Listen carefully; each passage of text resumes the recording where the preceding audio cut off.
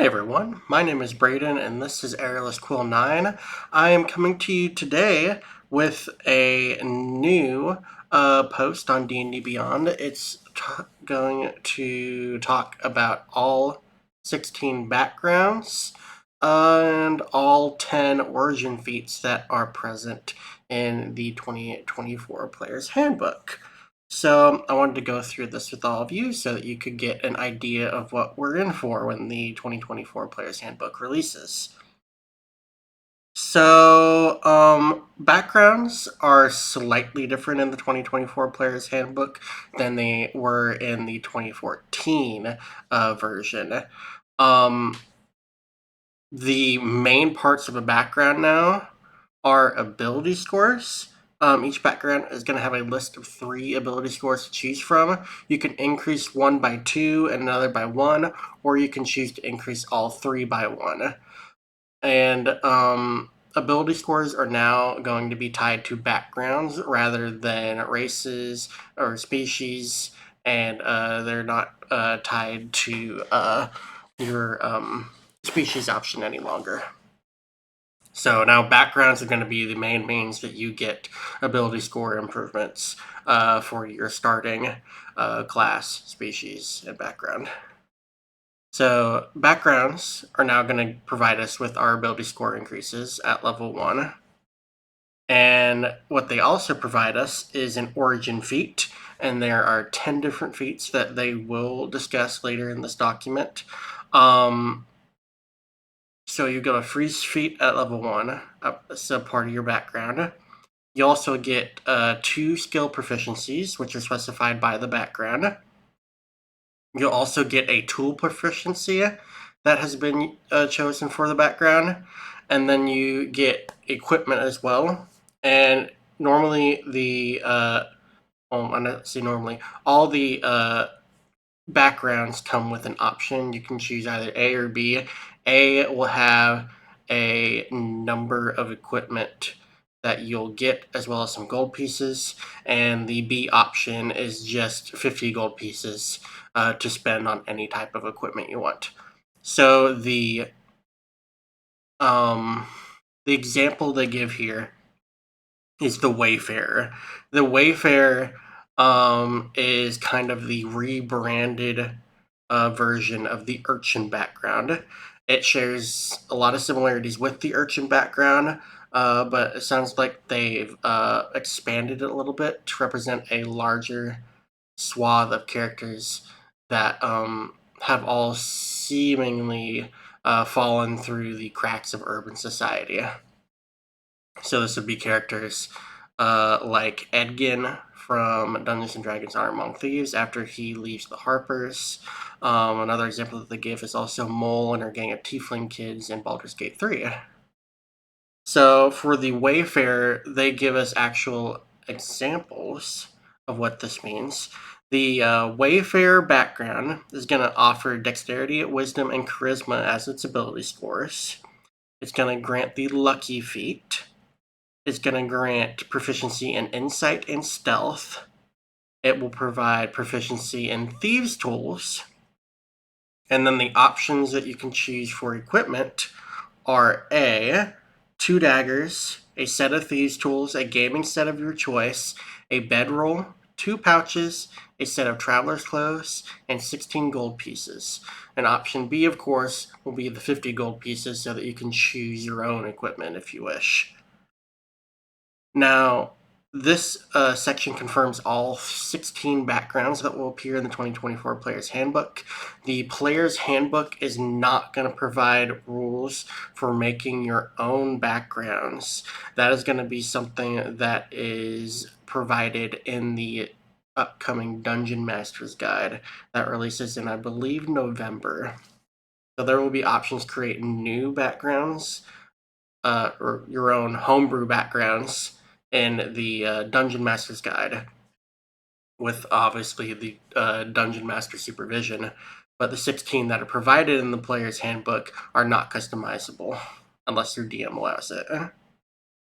So the background options that we'll see in the 2024 Player's Handbook are going to be the Acolyte, and they provide descriptions on each of these. For the acolyte, you were a devoted servant in a place of worship. You learned the rituals of your faith and how to channel divine power as part of your service.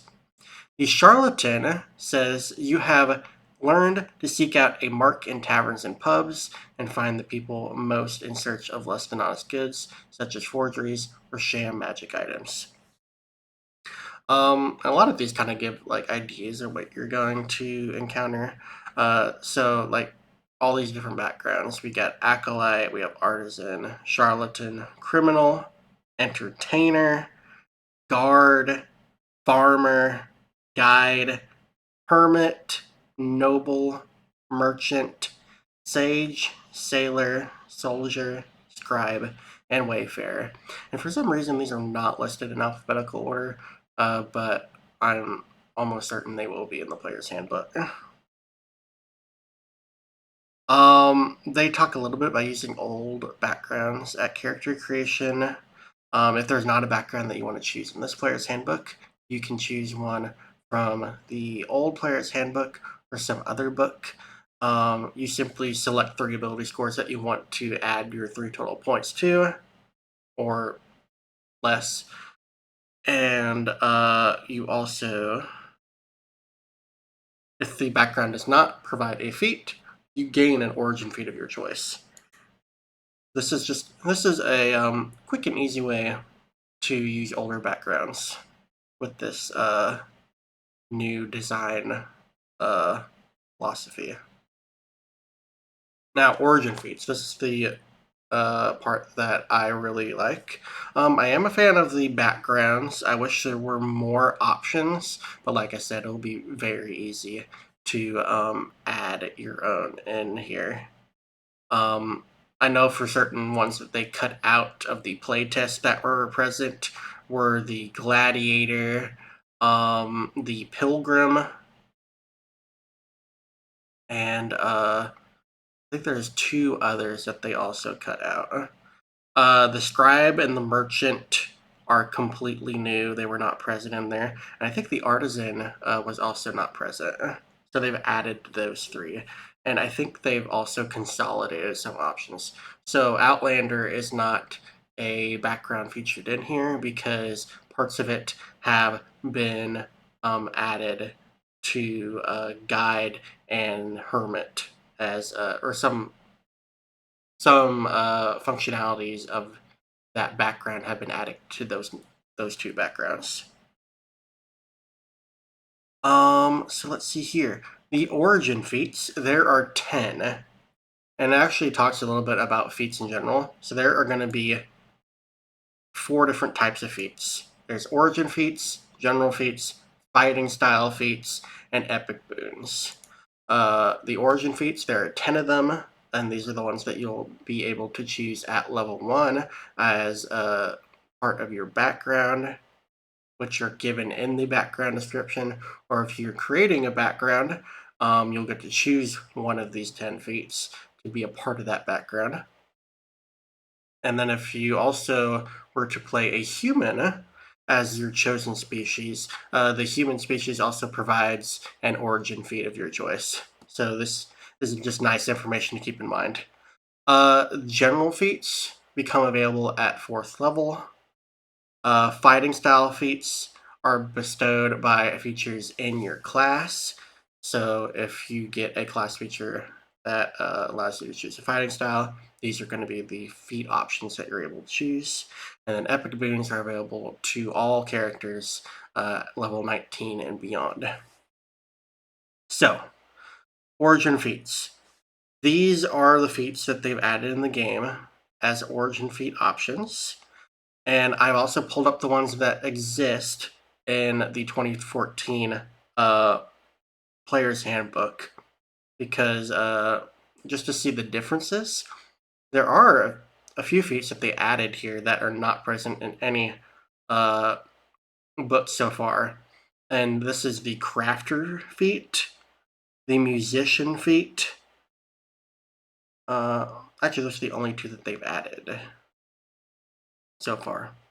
And I think that there are other feats. Actually, they talk right here about gaining origin feats in other ways. So you can gain one if you play a human character, because they get an extra origin feat of their choice.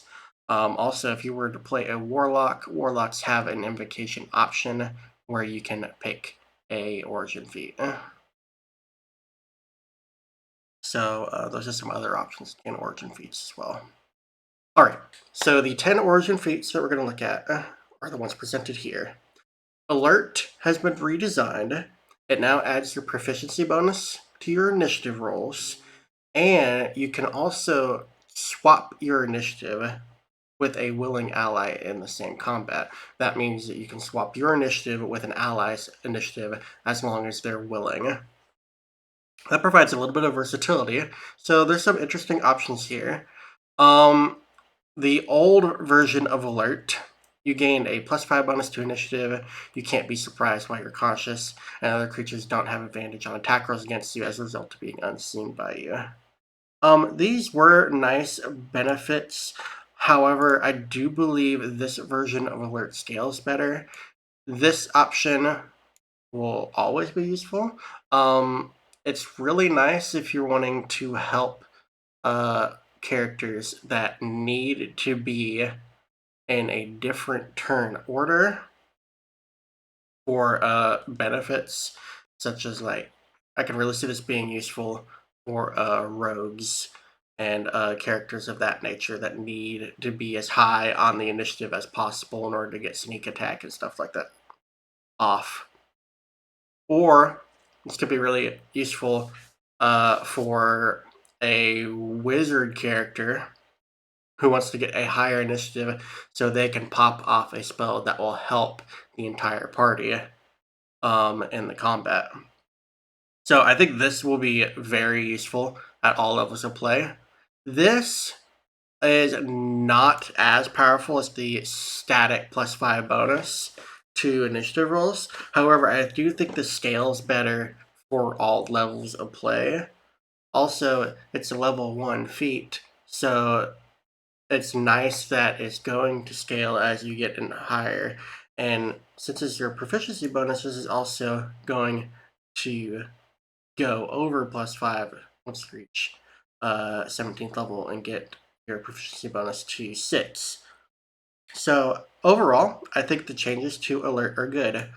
I'm not alarmed that they took out the surprise stuff, because surprise now is a condition that provides creatures that are surprised with disadvantage on their initiative rolls. So I can see why it's not a part of Alert. It would be neat if it was added in here as you can't be you're immune to the surprise condition, but I also see why they didn't add it in. You're already getting a bonus to initiative by adding your proficiency bonus to it, so I'm okay with that change. Now, Crafter is a new feat that is not present in the 2014 Player's Handbook. Crafter lets you gain proficiency with 3 different sets of artisan tools. I think this will be an option in the artisan background. I believe, I didn't talk about this, I think Alert will be an option in at least the guard background. Since there are only 10 feats, some of them will overlap with backgrounds. Because there's 16 backgrounds and 10 origin feats. So some of them are going to be the same in certain backgrounds, which is to be expected since there's only 10 of them. But Crafter, you gain proficiency in 3 different sets of artisan tools. You gain a 20% discount on non-magical items, which is actually pretty neat. That's a cool feature. And you can also craft an item from a fast crafting table, which lasts until you finish another long rest. This is probably something that's going to be presented in the crafting rules that they've talked about in a separate video, and that they've at least told us exists in this player's handbook. So I'm very interested in what items you can craft on this fast crafting table, but just the just the fact that you can craft some items with this feat is pretty interesting, and I'm sure. Well, I'm not sure. I want to think that the artisan tools that you're proficient in will help decide what items you can craft. But we'll have to see. The 20% discount on magical items, I think, is the depending on the campaign you're in. I do think this will be used quite often at early levels, especially for gaining better equipment and such. This is going to make you want to be a party face, I think, so that you can get this off. But yeah, the crafter origin feat, pretty neat. The healer feat has seen quite a few changes, actually. I actually want to look at the old version first. In the old version, whenever you use a healer's kit to stabilize a dying creature, that creature also regains 1 hit point. As an action, you can spend 1 use of a healer's kit to tend to a creature and restore 1d6 plus 4 hit points to it, plus additional hit points equal to the creature's maximum number of hit dice. The creature can't regain hit points from this feat again until it finishes a short or long rest. I never really used the healer feat. I see the applications that it can be used for. You can actually see in D&D Beyond they've begun to rebrand the player's handbook, and you can actually see here the player's handbook, Dungeon Master's Guide, Monster Manual, and Basic Rules are now parentheses that's 2014. So when they come out with the new versions, it'll be very clear which one you're looking at. Okay, so this is the old healer feat. The new version now says when you utilize a healer's kit as an action, a creature can spend 1 hit dice to heal. Your proficiency bonus is added to the roll. When you roll to determine hit points when healing with this feature or a spell, you can re-roll the dice if it rolls a 1. You must use the new roll. I do like this because this has applications outside of just healer's kits. The healer's kit, the being able to allow a creature to expend a hit die to heal is pretty decent. It will scale differently depending on the class that the creature has. However, adding your proficiency bonus as an added amount to the healing is nice. It will help it scale with your character as you get more powerful, which is really nice. The part that I really, really like is being able to re-roll ones on both uses of this feature and on spells that you cast. So the healer feat is going to be really good for character classes that use healing spells, in my opinion. Granted, just re-rolling ones, not crazy, but if you roll a 1 on a healing roll, 9 times out of 10, you are really wishing that you could re-roll that 1. So I can see this feat being nice. I think we know for certain that the healer feat will be present in the hermit background. I'm not sure about others that have it. But we'll see when the full book comes out. Lucky in the old Player's Handbook, the 2014 version, gave you 3 luck points. Whenever you made an attack roll, ability check, or saving throw, you can spend a luck point to re-roll or to roll an additional d20, and then you would take the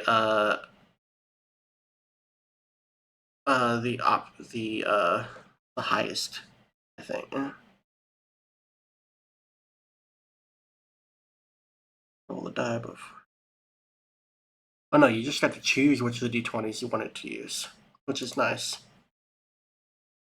When you could also spend a luck point when a creature makes an attack roll against you to roll it and have the creature take the option that you wanted. And then you also regained all luck points when you finish a long rest. So Lucky is a really nice feat. People have loved Lucky. I've used Lucky. It has its applications. It's a very nice feat. Lucky has seen some changes, and I think these are good changes. Lucky states that after you finishing a long rest, you have a number of luck points equal to your proficiency bonus. So this is neat. You're going to start with 2, and then eventually you're going to have up to 6 of these points. Also, when you expend one, you can expend a lucky point when you make a d20 test. D20 test is just an attack roll, ability check, or saving throw, just a bracket for all 3 of those options.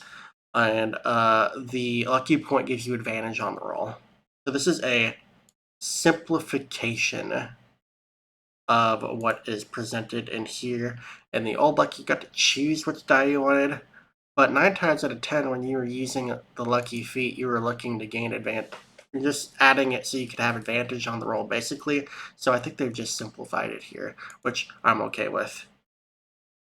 And then here, when you can also expend a lucky point to impose a disadvantage when a creature rolls a d20 to make an attack roll against you. So really, this is pretty much the same as the old lucky.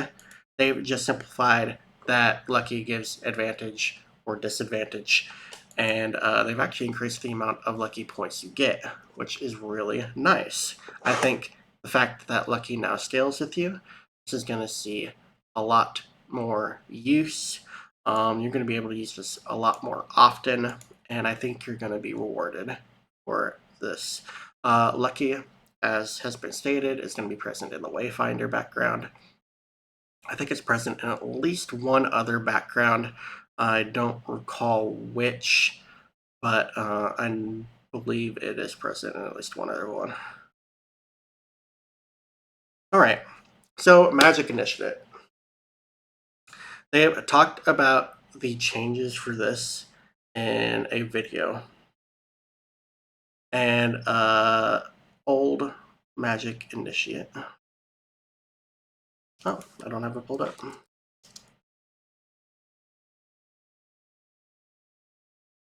Yeah, I thought I was missing one. So Magic Initiate, the old feat let you choose Bard, Cleric, Druid, Sorcerer, Warlock, or Wizard. You gain 2 cantrips from the class's spell list, and then you'd also gain 1 first level spell from the same list. You could cast the spell once at its lowest level for free without expending a spell slot, and you regained the usage of that whenever you completed a long rest. It also made you choose, or it also, the spellcast ability that you used for the spells that you chose was dependent on which class list you took these spells from. So they've made some improvements to Magic Initiate. Now you gain 2 cantrips and 1 level 1 spell from the Cleric, Druid, or Wizard list. Yes, they have cut out some options, but they explained that the reason they did this was because Cleric, Druid, and Wizard are basically the classes that have the most options for, or most spell options in their lists for their respective spell casting type. So Cleric represents divine spells, Druid represents primal spells, and Wizard represents arcane spells. I think this is a good change.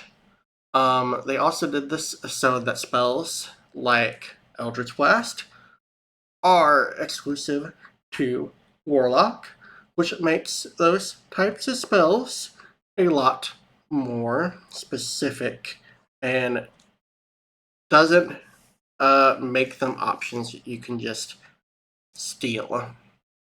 It makes the character classes that you choose matter. which I think is very nice. But yes, you choose 2 cantrips and 1 level 1 spell from the cleric, druid, or wizard spell list.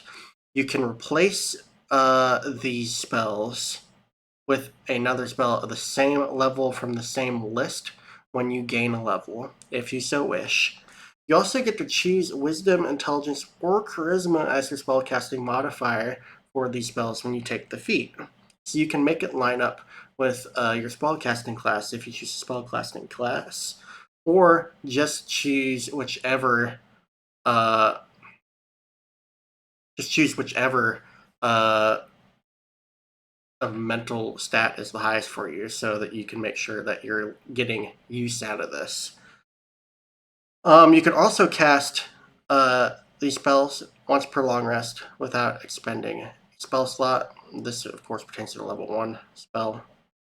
And you can also cast them, or cast it with a spell slot as well. The feat can't be taken more than once, but each time you do take it, you have to choose a different spell list, which is cool. So I like that this is a retakeable feat. It does provide you options from other spell schools, basically. They're not schools, but different types of spell casting lists. I think this is a lot better than Magic Initiate in the 2014 Player's Handbook, and this will see a lot of use. This feat will be present in the Acolyte background. It is also present in the Sage background. And I want to say it's present in one other background, but I can't recall which one. It may only be those 2. But the next background, or the next feat that we have, is new to the game. This is the Musician feat. It provides proficiency with 3 musical instruments of your choice. And at the end of a short or long rest, you may play a instrument that you're proficient in and grant heroic inspiration to a number of allies equal to your proficiency bonus. This is pretty cool. This will see use. Heroic inspiration is really neat. It allows you a reroll on any die roll, not just attack rolls, ability checks, and saving throws. So heroic inspiration is really cool. Being able to grant usages of that every short, or at the end of every short and long rest you take, is pretty cool. So Musician is actually, in my opinion, a really good feat. It's going to be a part of the Entertainer background, I assume. Don't know if it's part of any other backgrounds. But this is going to be something. This will pair really well with Bardic Inspiration if you're playing a Bard. It's just a cool extra thing that you can get. And honestly, this is good for any class. Any class could use this. All you got to do is play your instrument at the end of short or long rest and give out free heroic inspiration. So yeah, that's a really cool feat. I like that. Savage Attacker. Savage Attacker in the 2014 Player's Handbook says that once per turn when you roll damage for a melee weapon attack, you can reroll the weapon's damage dice and use either total. I don't know if anyone used Savage Attacker, if I'm being honest. Savage Attacker in 2024, pretty much just the exact same thing. It says once per turn, when you hit a target with an attack, you can reroll the damage dice and use either roll against the target. I think this being an option is fine. I think the fact that you're getting this feat as a part of your background is going to make it be used a lot more often. It's not a completely useless feat. It will be good if you roll really bad damage on an attack. Also, Savage Attacker, it just says when you hit a target with an attack. So it doesn't delineate whether it's a spell attack or a weapon attack or any type of attack. It just says when you hit a target with an attack, you can reroll a damage dice and use either roll. So this is a lot more applicable. I think it will see use. I am not a fan of the old version. I think I'd be okay with using this version. This actually has usage outside of its older counterpart. Skilled. Skilled is pretty much the same. You gain proficiency in any combination of 3 skills or tools of your choice. The new version is you gain proficiency in any combination of 3 tools or skills of your choice, and you can take it more than once.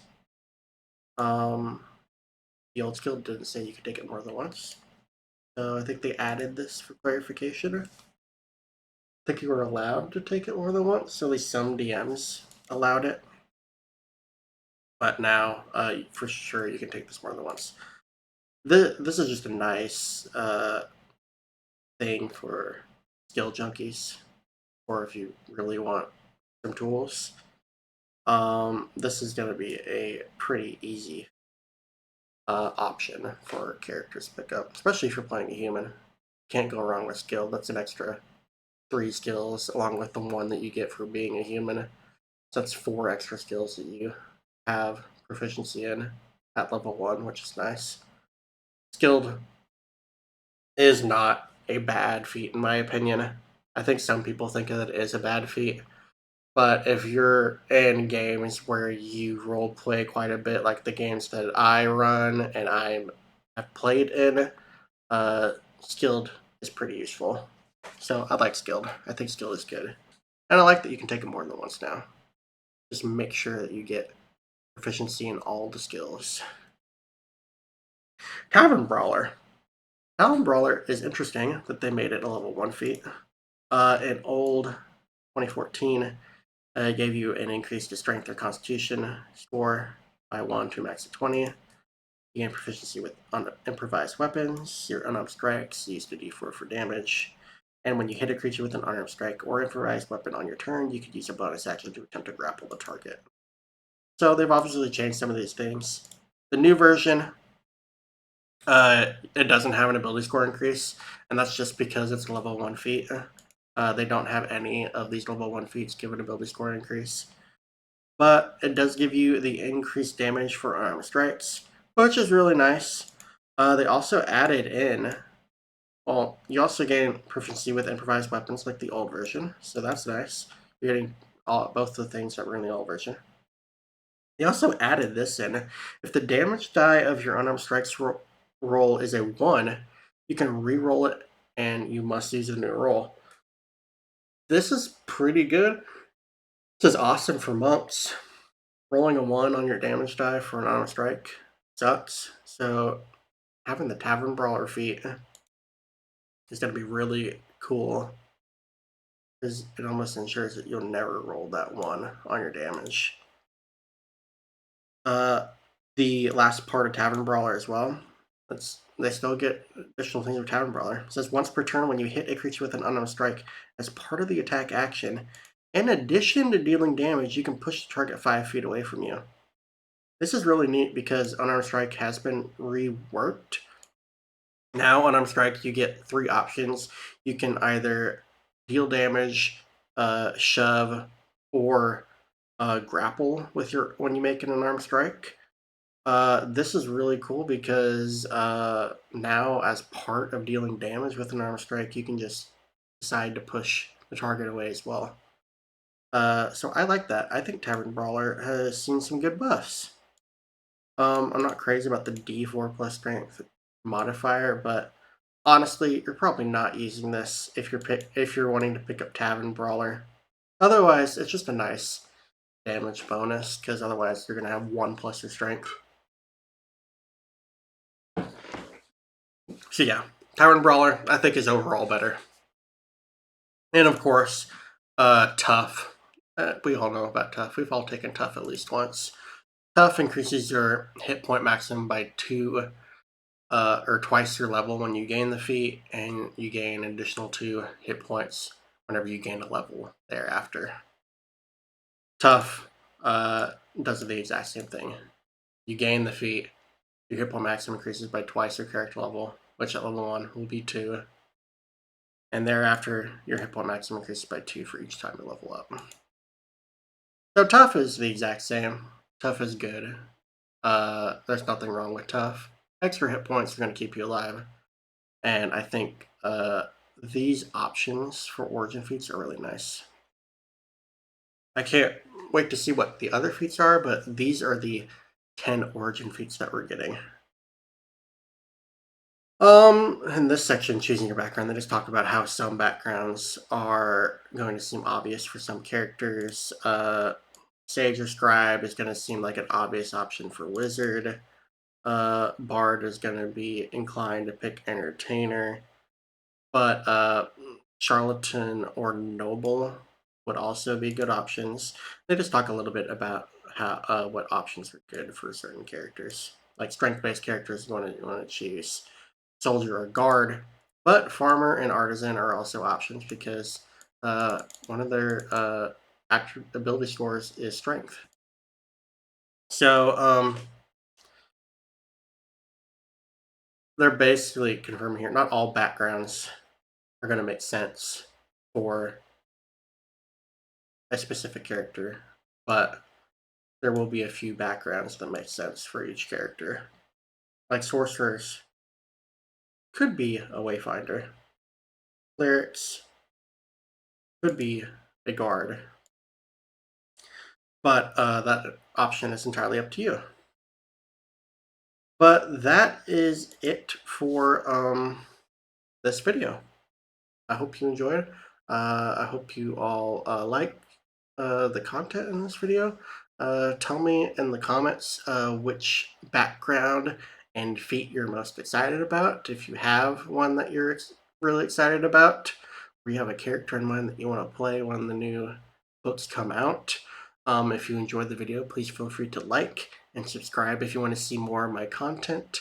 I will have more videos out depending on what content they release up until the release of the Player's Handbook, which is in September.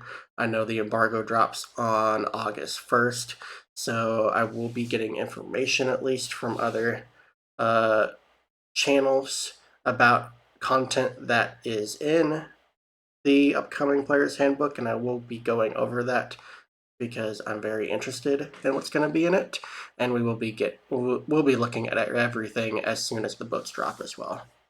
But that is going to be all for today's video, and I will catch you all later, and I hope you're doing fabulous.